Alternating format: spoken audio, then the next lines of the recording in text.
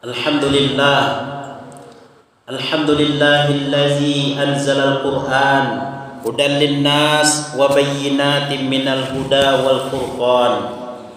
Asyhadu an la ilaha illallah wahdahu la syarikalah wa asyhadu anna Muhammadan abduhu wa rasuluh sallallahu alaihi wasallam. Allahumma fassalli wa sallim wa barik ala sayyidina Muhammadin wa ala alihi wa sahbihi ajma'in. Wardallahumma ala arba'atil khulafa'ir rasyidin Abi Bakri wa Umar wa Utsman wa Ali wa ala baqiyatis sahabati wat tabi'in wa tabi'it tabi'in wa man tabi'ahum bi ihsanin ila yaumiddin. Amma ba'du, fa ya ibadallah, usikum wa nafsi bitaqwallahi wa ta'atihi la'allakum tuflihun.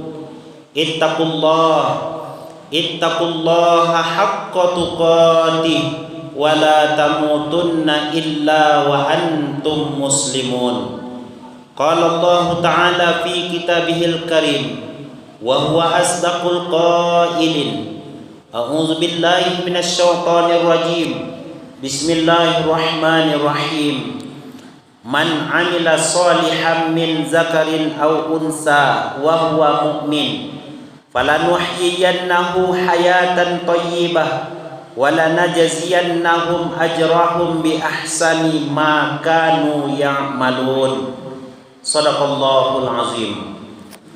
Berlindung kita kepada Allah Subhanahu wa taala dari godaan syaitan yang terkutuk dengan menyebut nama Allah yang Maha Pengasih lagi Maha Penyayang. Barang siapa yang melakukan amalan soleh, baik dia laki-laki maupun perempuan, statusnya beriman kepada Allah Subhanahu wa taala, maka sungguh kami akan memberikan kepada orang tersebut kehidupan yang baik, dan kami akan membalasi mereka dengan balasan yang lebih baik dari apa yang telah mereka lakukan. Maha benar Allah yang maha agung dengan segala firman-Nya.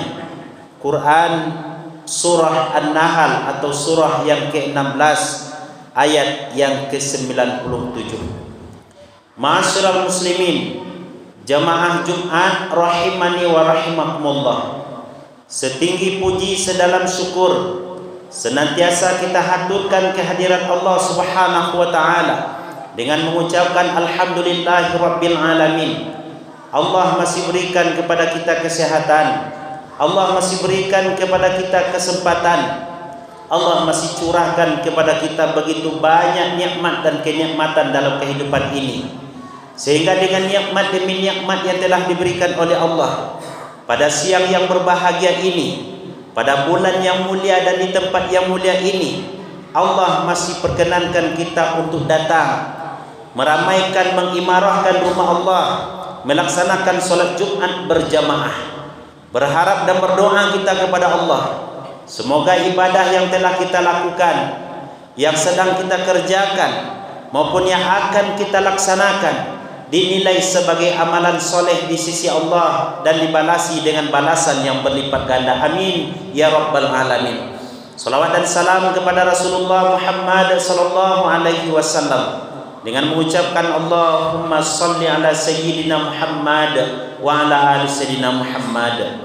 Khatib juga tidak lupa untuk mengajak diri khatib khususnya dan kaum muslimin umumnya, mari sama-sama kita tingkatkan iman dan ketakwaan kita kepada Allah, karena iman dan takwa merupakan bekal yang paling utama yang akan kita bawa menghadap Allah Subhanahu wa taala.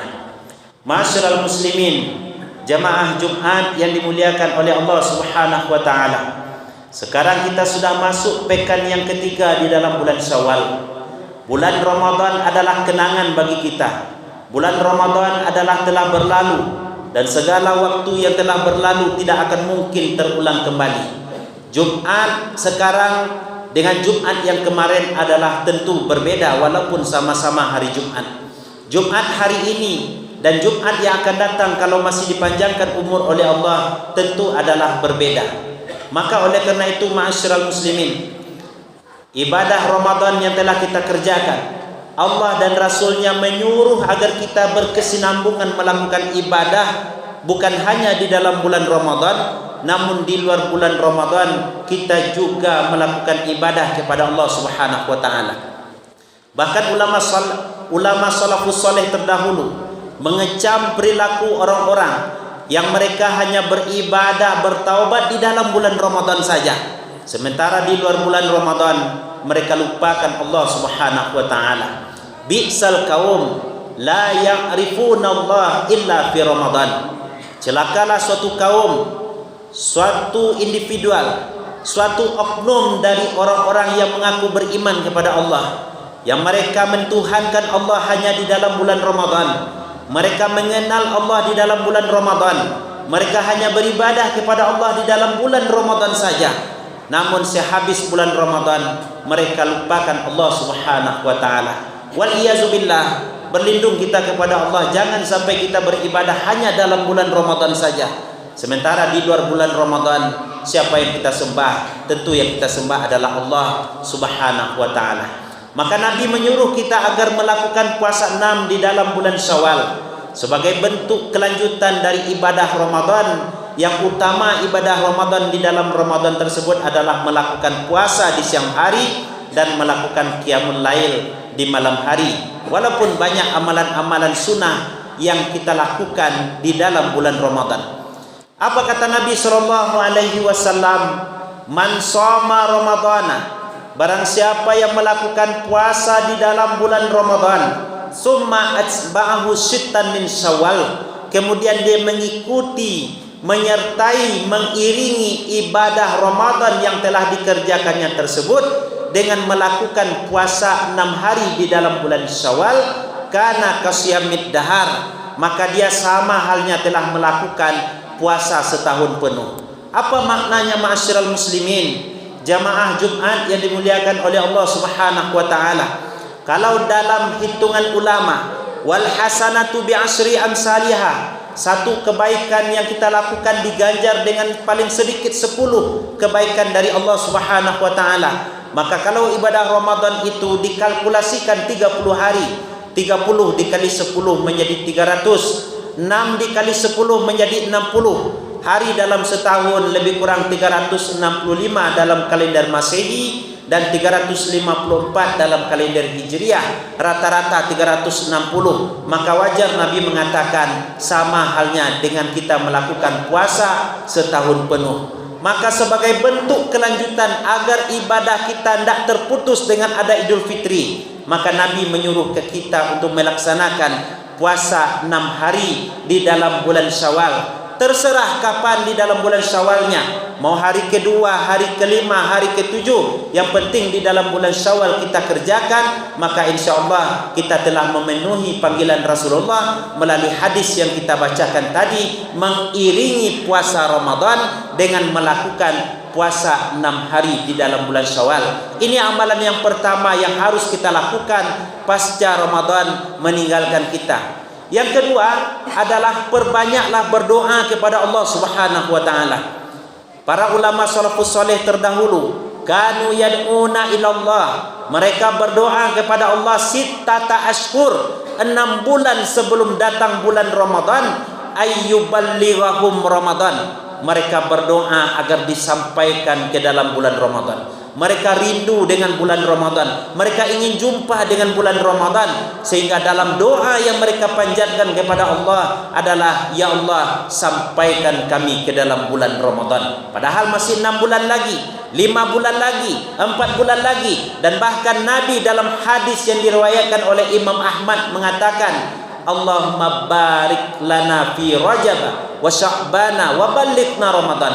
Ya Allah, berkahi kami dalam bulan Rajab, berkahi dalam bulan Sya'ban, sampaikan kami ya Allah ke dalam bulan Ramadan. 3 bulan sebelum datang bulan Ramadan, minta keberkahan kepada Allah agar disampaikan ke dalam bulan Ramadan. Mereka rindu dengan bulan Ramadan. 6 bulan summa kanu yad'una ilallah, 6 bulan setelah bulan Ramadan, termasuk dalam bulan Ramadan mereka selalu memanjatkan doa kepada Allah. Apa yang mereka doakan kepada Allah? Ayyataqabbalahu minhum, agar Allah menerima amal-amal ibadah yang telah mereka lakukan. Maka para ulama tasawuf mengartikan ibadah yang kita lakukan, ma'asyiral muslimin, jamaah yang dimuliakan oleh Allah, dengan 3 unsur ini harus ada dalam ibadah yang kita lakukan. Pertama adalah al-khauf. Orang yang ada iman dalam dirinya, ada keislaman dalam dirinya, mesti menghadirkan sifat takut kepada Allah. Takut meninggalkan ibadah yang diwajibkan oleh Allah. Takut kalau sudah masuk waktu salat sementara masih duduk di kedai, masih asik dengan permainan, panjat pinang sehingga tinggal salat asar. Ini tidak dibenarkan dalam agama kita. Bahkan harus ada sifat takut dalam diri kita sebagai bentuk kesempurnaan iman kita kepada Allah. Ini yang harus kita miliki. Yang kedua adalah ar-raja. Ada harap kita dengan ibadah yang kita lakukan agar mendapatkan keredaan dan balasan dari Allah.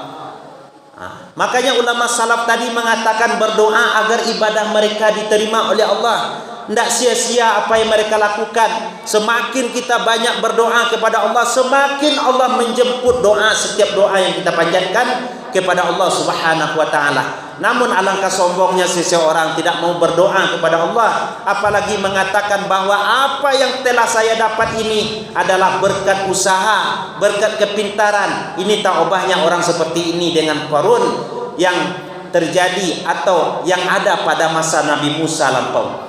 Ma'asyiral muslimin, jamaah yang dimuliakan oleh Allah Subhanahu wa ta'ala, perbanyak berdoa kepada Allah. Di samping itu, apa yang kita doakan kepada Allah sebagai bentuk raja kita kepada Allah, di antaranya adalah agar berkekalan melakukan ibadah dan agar ibadah kita diterima oleh Allah serta istiqamah dalam melakukan ibadah.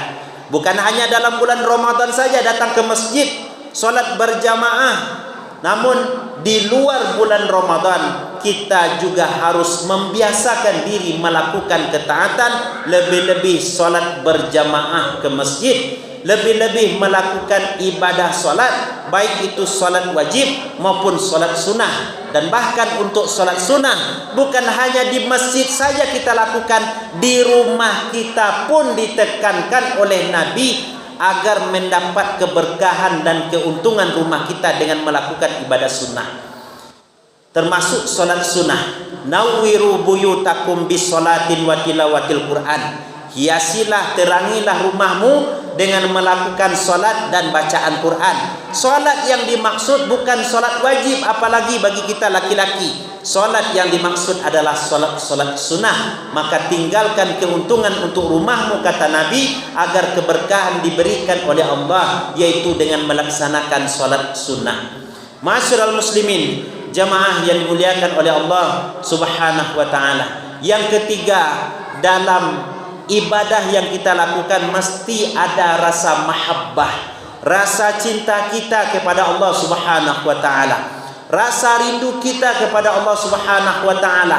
Terpanggil hati kita untuk bergerak melakukan panggilan Allah Subhanahu wa ta'ala. Kecintaan seorang muslim seperti itu kepada Allah Subhanahu wa ta'ala. Nanti dan bahkan pada masa Nabi sallallahu alaihi wasallam, ada seorang badui menemui Nabi. Ya Rasulullah, wahai Rasulullah, mata sa'ah, kapan kiamat datang wahai Rasulullah? Apa jawaban Nabi ketika itu? Bukan menjawab besok, lusa, seminggu lagi, sebulan lagi, 14 abad lagi. Bukan itu jawaban Nabi. Tapi Nabi mengatakan, ma'adattalaha. Kalau datang hari kiamat, kalau datang kematian kepadamu, kalau datang yaumul hisab, apa yang kau persiapkan untuk hari itu? Apa jawaban orang Badui ini? Persiapanku adalah uhibbullah wa rasulah. Saya mencintai Allah dan saya mencintai Rasulullah sallallahu alaihi wasallam. Lalu Nabi mengatakan, anta ma'aman ahbabtalah.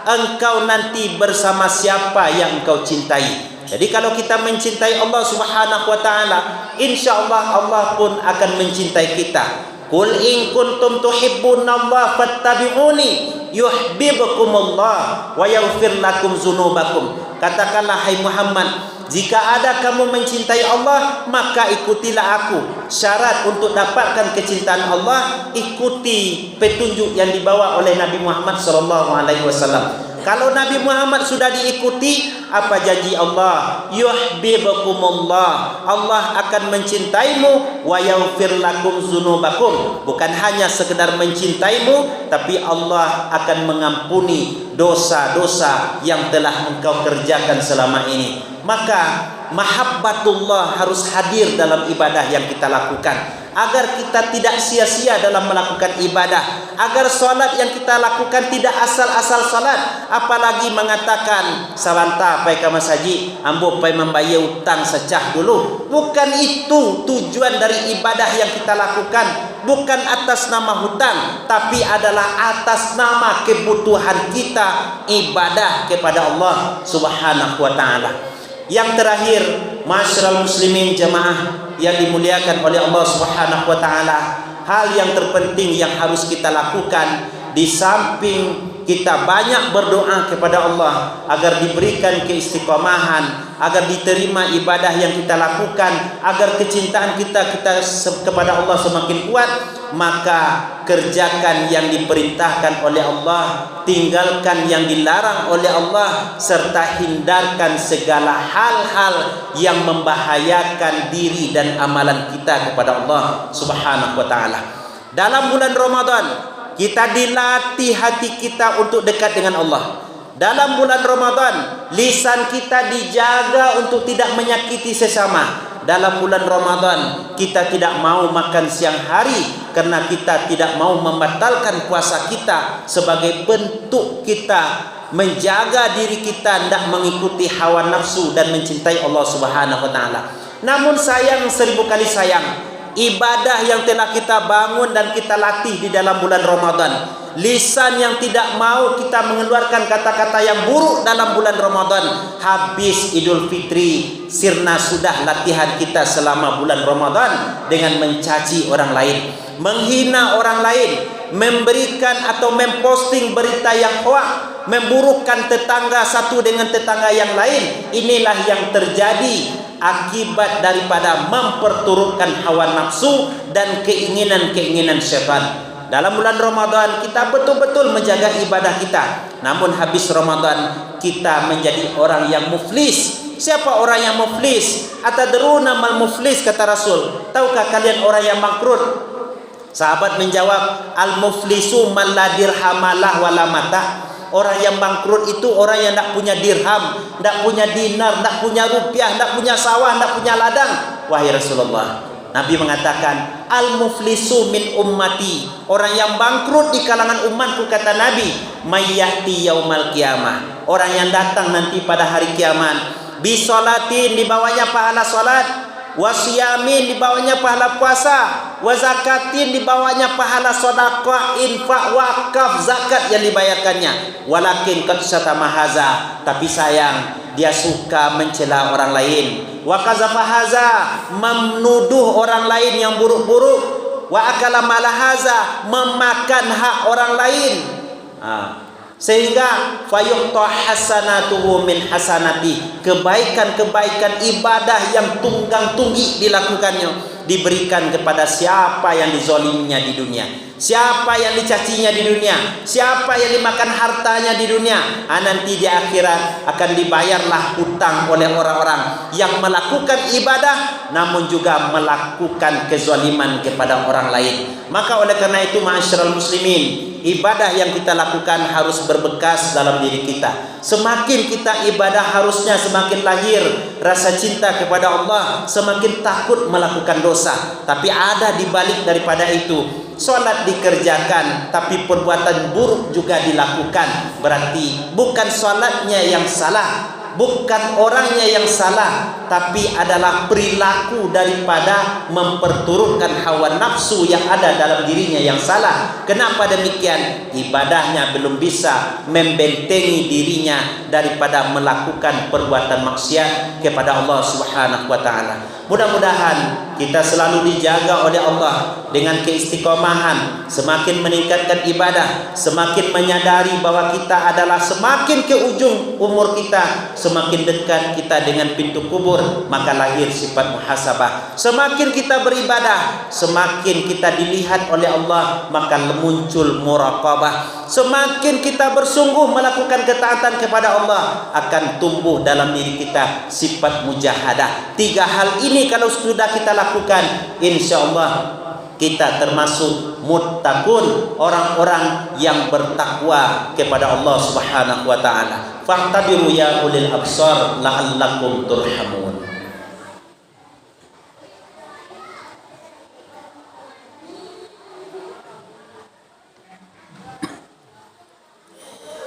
Alhamdulillah, alhamdulillahillazi hadana lihaza wa ma kunna linahtadiya laula an hadanallah. Asyhadu an la ilaha illallah wahdahu la syarikalah wa asyhadu anna Muhammadan abduhu wa rasuluh sallallahu alaihi wasallam. Allahumma fassalli wa sallim wa barik ala sayyidina Muhammadin wa ala alihi wa sahbihi ajma'in. Amma ba'du fa ya ibadallah, usikum wa nafsi bi taqwallahi wa ta'atihi la'allakum tuflihun. Ya ayyuhallazina amanu taqullaha wa qulu qawlan sadida yuslih lakum a'malakum wa yaghfir lakum dzunubakum wa may yuti'illaha wa rasulahu faqad faza fawzan 'azima. Qala Allah ta'ala fi kitabihil karim, a'udzu billahi minasy syaithanir rajim. Bismillahirrahmanirrahim. Innallaha wa malaikatahu yusholluna 'alan nabi. Ya ayyuhallazina amanu sallu alaihi wa sallimu taslima. Allahumma salli ala Muhammad wa ala ali Muhammad kama sallaita ala Ibrahim wa ala ali Ibrahim wa barik ala Muhammad wa ala ali Muhammad kama barakta ala Ibrahim wa ala ali Ibrahim fil alamina innaka hamidum majid. Allahumma ighfir lil mu'minina wal mu'minat wal muslimina wal muslimat al ahya'i minhum wal amwat innaka sami'un qaribun mujibud da'wat wa ya qadiyal hajat ya rabbal alamin. Allahumma ansur man nasara ad-din wa khzul man khazala al-muslimin wa ahlikil kufrata wal mubtadi'ata wal musyrikin wa dammir a'daka a'da ad-din wa alif baina qulubil mu'minin. Allahumma inna nas'alukal huda wat tuqa wal afafa wal ghina. Allahumma a'inna ala zikrika wa syukrika wa husni ibadatik. Rabbana faghfir lana dzunubana wa kaffir 'anna sayyi'atina wa tawaffana ma'al abrar. Rabbana atina fid dunya hasanah wa fil akhirati hasanah wa qina azaban nar. Ibadallah, innallaha ya'muru bil adli wal ihsan wa ita'i dzil qurba wa yanha 'anil fahsya'i wal munkar wal baghi ya'izukum la'allakum tadhakkarun wa la dzikrullahi akbar. Aqimus shalah bi dzikrillah. Allahu akbar, Allahu akbar. Asyhadu an la ilaha